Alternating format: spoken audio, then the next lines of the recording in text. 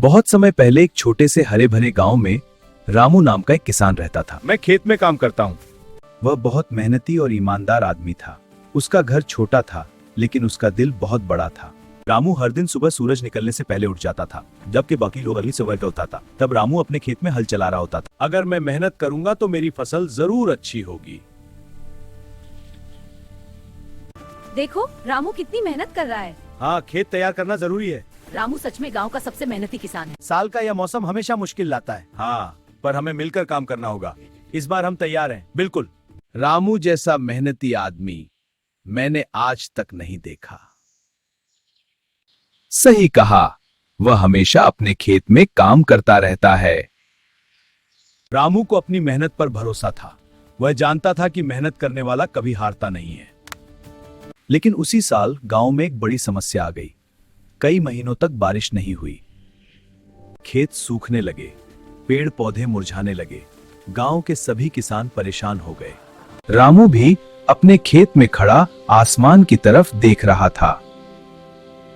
हे भगवान, अगर बारिश नहीं हुई तो हमारी फसल कैसे उगेगी? लेकिन रामू ने हिम्मत नहीं हारी। उसने तय किया कि वह मेहनत करना नहीं छोड़ेगा। हर दिन मैं अपने खेत में पौधों को पानी देता हूँ, पर इसे अपने गुलारना पड़ता है। देखो, रामू हार नहीं मान रहा। इतनी मुश्किल के समय में भी सच में वह बहुत मजबूत है। बेटा, क्या तुम मुझे थोड़ा पानी दे सकते हो? मैं बहुत प्यासा हूँ। रामू, मुझे प्यास लगी है। ठीक है बाबा, धन्यवाद बेटा। लीजिए बाबा, आराम से पानी पीजिए। हाँ। वाह, बहुत ताजगी भरा। तुम बहुत दयालु हो रामू। आजकल ऐसे अच्छे लोग बहुत कम मिलते हैं। किसी की मदद करना तो हमारा फर्ज है। बेटा रामू, जीवन में खुश रहना सीखो। हाँ बाबा, रामू आपकी बात खुश हुआ। यही खुशी बनाए रखना। जी बाबा। देखो, मेरी जेब में एक छोटा सा चमकता हुआ बीज है। यह बहुत खास है। इससे अद्भुत चीजें उगेंगी। ले रामू, यह एक खास बीज है। इसे अपने खेत में बो देना। रामू घर गया। अगले दिन उसने उस बीज को अपने खेत में बो। मैंने इसे बो दिया, अब बढ़ो। रामू वह रोज की तरह अपने खेत में मेहनत करता रहा। उस रात एक अजीब बात हुई। वह बीज हल्की हल्की रोशनी देने लगा। अरे बाप रे, ये क्या हो गया? मैंने तो बीज बोया था और देखो ये हरी भरी फसल। ये पौधा इतनी जल्दी कैसे उगाया? दिन बीतते गए और वह पौधा तेजी से बढ़ने लगा। तो जादू है। उसकी शाखाओं से ठंडी हवा आने लगी।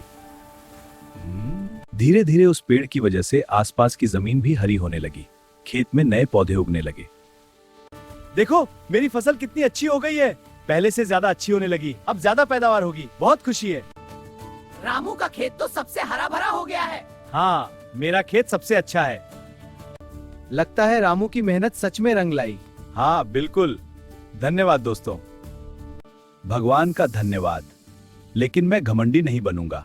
यह सब आपकी कृपा है। मैंने सोचा, अगर मैं अपने बीज और खेती का तरीका दूसरे किसानों को बताऊं तो पूरा गांव खुशहाल हो सकता है। अरे भाइयों, जल्दी आओ मेरे खेत पर। सब तैयार है? आज बहुत काम है। हाँ, सब तैयार। अगर हम सब मिलकर मेहनत करेंगे तो हमारा गांव फिर से हरा भरा हो सकता है। गांव वालों को रामू की बात बहुत अच्छी लगी। सब ने मिलकर खेतों में काम करना शुरू किया। कुछ ही महीनों में पूरे गांव के खेत हरे भरे हो गए। फसल बहुत अच्छी हुई। गांव में खुशहाली लौट आई। सब मिलकर जश्न मनाएंगे। रामू, इधर आओ। जी सरपंच जी, आ रहा हूँ। तुम्हें बुलाया था, सुनो। हाँ बताइए। ठीक है रामू, तुम्हारी मेहनत और समझदारी की वजह से हमारा गांव फिर से खुशहाल हो गया है। धन्यवाद दोस्तों, यह बहुत अच्छा लगा। धीरे धीरे वह गांव आसपास के इलाकों में भी मशहूर हो गया। लोग कहते थे कि वहां एक ऐसा किसान रहता है जो कभी हार नहीं मानता। हाँ, मैं रामू हूँ। मैं कभी हार नहीं मानता।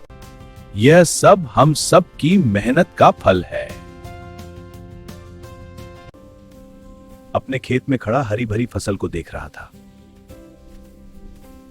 ठंडी हवा चल रही थी और खेत लहरा रहे थे। रामू के चेहरे पर संतोष की मुस्कान थी।